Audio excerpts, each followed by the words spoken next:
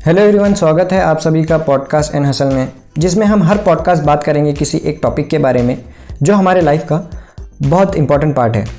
और मैं इसमें अपना ओपिनियन भी बताऊंगा अपनी लर्निंग और एक्सपीरियंस के थ्रू। तो बढ़ते हैं हम हमारे सबसे पहले एपिसोड की तरफ। Welcome to podcast and hustle, जहाँ पर आपको लाइफ चेंजिंग पॉडकास्ट मिलेंगे।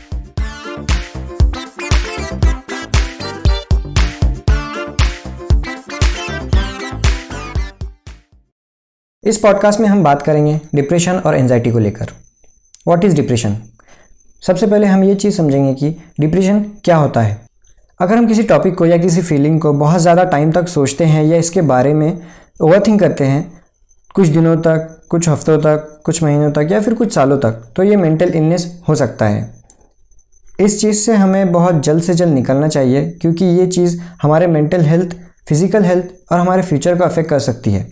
ये चीज़ इतनी ज़्यादा हानिकारक है कि एक स्टडी में पता चला है कि 90% ऑफ सुसाइड मेंटल इलनेस से रिलेटेड होते हैं। इससे हमें एक चीज़ तो समझ में आती है कि हमारी मेंटल हेल्थ हमारे लिए उतनी ही मायने रखती है जितनी हमारी फिजिकल हेल्थ।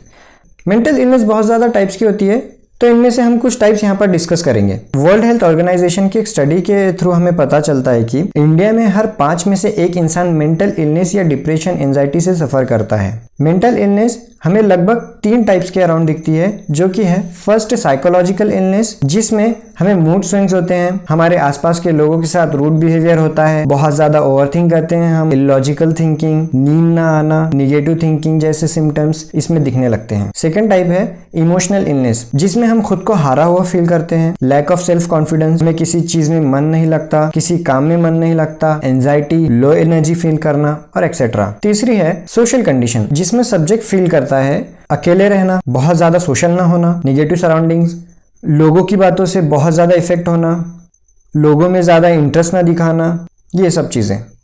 इनमें से कोई भी सिम्टम किसी पर्सन में काफी टाइम तक देखे गए तो हम कंसिडर कर सकते हैं कि ही और she is suffering from mental illness. Depression के कई रीजन हो सकते हैं, जैसे कि हमारा बैकग्राउंड, हमारे साथ में कोई इंसिडेंट होना, किसी तरह का अब्यूज, हमारे जीन्स, बायोलॉजिकल फैक्टर या कोई बुरी आदत और एडिक्शन।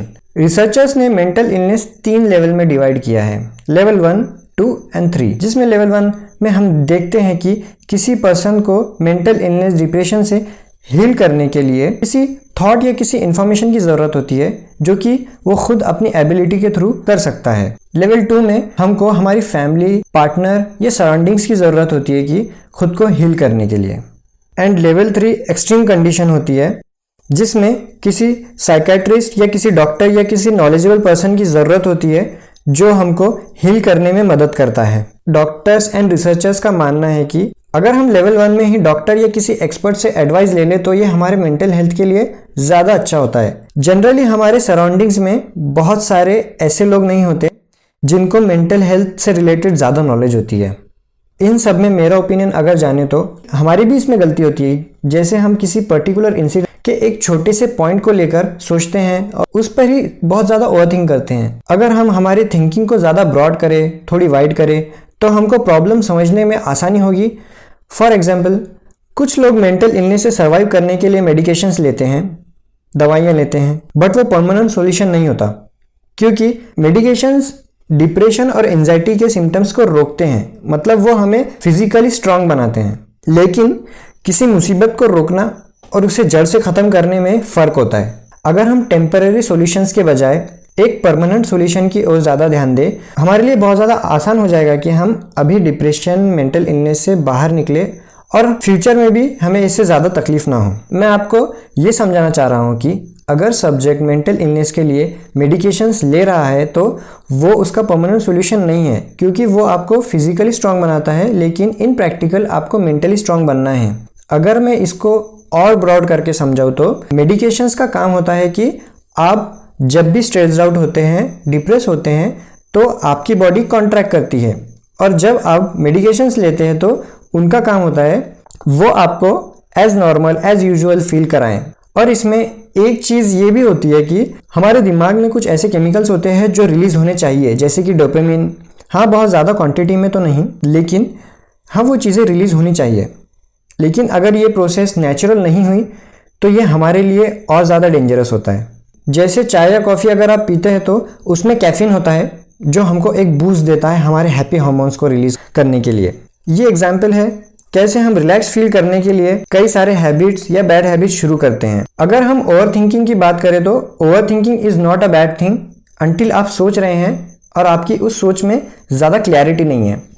एग्जाम्पल, इंडिया और पाकिस्तान का क्रिकेट मैच शुरू है जिसमें इंडिया का कैप्टन स्ट्रैटेजी प्लान कर रहा है कि कैसे बैट्समैन को भेजना है, फील्डिंग्स किस तरह से सेट करनी चाहिए, कैसे स्कोरबोर्ड मेंटेन करना चाहिए और बहुत सारी बातें। अब इस एग्जाम्पल में कैप्टन को स्ट्रैटेजी प्लान करने के लिए बहुत ज्यादा सोचना जरूरी है, नहीं तो स्ट्रैटेजीज प्लान नहीं होगी। तो इसी तरह हमें भी सोचना बहुत जरूरी है किसी टॉपिक पर, किसी क्वेश्चन पर, किसी डिसीजन पर और बहुत सारे फैक्टर्स पर। लेकिन इस थॉट प्रोसेस में कोई कॉन्फ्लिक्ट नहीं होना चाहिए। जब तक थॉट प्रोसेस क्लियर है तब तक ये हमें इफेक्ट नहीं कर सकते। तो आपके थॉट्स में जितनी क्लैरिटी होगी उतना आप उन थॉट्स पर वर्क करोगे। जितना आपके थॉट्स में क्लैरिटी रहेगी तो यही हमें कनेक्ट करता है। जब हम डिप्रेस होते हैं तब हमारी बॉडी कॉन्ट्रैक्ट करती है। जब हमारी थॉट और थिंकिंग में क्लैरिटी होती है तब हम एक्सपैंड करते हैं और ज्यादा क्लैरिटी आती है, उसकी लेयर्स हटती जाती है, हम ज्यादा कंफर्टेबल फील करते हैं। ये एक प्रैक्टिकल तरीका है मेंटल इलनेस से बाहर निकलने का। और इसके साथ अगर हम कुछ स्टेप्स फॉलो करें अपनी डे टू डे लाइफ में तो वो लॉन्ग टर्म में आपकी मेंटल एज वेल एज आपकी फिजिकल हेल्थ के लिए अच्छा होगा। हर सुबह अपने दिन की शुरुआत अच्छी तरीके से करो, खुद को टाइम दो in terms of exercise, meditation, positive book reading, religious activities, spirituality, yoga, इन सबको हम मी टाइम भी कहते हैं। स्ट्रेस और एंगर को हैंडल करना सीखो। कई बार ऐसा होता है कि हमारी बॉडी हमारे माइंड को कंट्रोल करती है। लाइक आप टायर्ड फील करते हैं फिजिकली तो हम मेंटली भी टायर्ड फील करते हैं। तो इसी वजह से हमें कोई काम में मन नहीं लगता, कोई काम करने का मन नहीं करता। तो इसको रिवर्स करना सीखो। हमारा ब्रेन हमारे बॉडी को कंट्रोल करे और हमारे ब्रेन पर हमारा खुद का कंट्रोल हो। इट साउंड्स कॉम्प्लेक्स बट बाद में बहुत इजी है। धीरे धीरे आप ये चीज मेडिटेट करके हासिल कर सकते हो। टू अवॉइड मेंटल इलनेस, किसी भी तरह की बैड हैबिट, एडिक्शन से दूर रहें। यहाँ पर addiction in the sense smoking and drinking ही नहीं, आपकी unwanted relationships, unwanted peace of mind या फिर बिना कुछ एक्टिविटी किए रेस्ट लेना और हद से ज्यादा सोना भी इंक्लूड होता है। अपने आप को और अपनी लाइफ को कभी भी किसी और से कंपेयर मत करो। हर किसी के लाइफ में different types of ups and downs होते हैं। हर एक इंसान अपनी अलग आइडेंटिटी रखता है। लोगों के साथ अच्छे रिलेशंस रखो। हर कोई अलग होता है, हर कोई आपको पसंद नहीं करेगा और आप भी हर किसी को पसंद नहीं करोगे। अपने आप पर शक करना, लो कॉन्फिडेंस रखना या फिर अपने आप को लूजर समझना, ये एक बहुत बड़ा झूठ है जो आपका दिमाग आपसे कहता है। तो इसे हैंडल करना सीखो। Eat healthy. अगर कोई बात आपको परेशान कर रही है तो आप किसी और के साथ, आपके फ्रेंड्स, फैमिली के साथ शेयर कर सकते हो। किसी भी डिसीजन या किसी भी एस्पेक्ट में अपनी लॉन्ग टर्म थिंकिंग रखो। लॉन्ग टर्म में क्या होगा, क्या करना चाहिए। शुरू लॉन्ग टर्म गोल को देखकर आपके शॉर्ट टर्म एक्टिविटीज प्लान करो। मोस्ट इंपॉर्टेंट, जितना हो सके उतना फोन और सोशल मीडिया कम यूज करो। अपने बॉडी की जरूरतों के अकॉर्डिंग नींद लो। तो ये सब बातें मैंने आपको how to stop worrying and start living इस बुक से और मेरी रिसर्च से भी बताई है।